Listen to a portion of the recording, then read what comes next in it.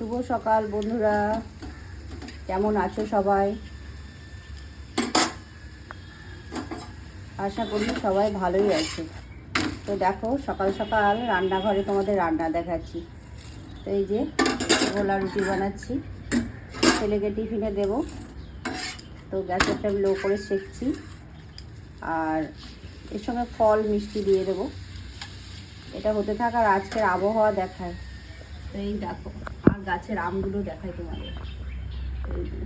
বুঝেছো, এই দিকের আমগুলোই আছে, আর সব আম ঝরে পড়ে গেছে ঝড় বৃষ্টিতে। কালকে সন্ধ্যাতেও ঝড় বৃষ্টি হয়েছে।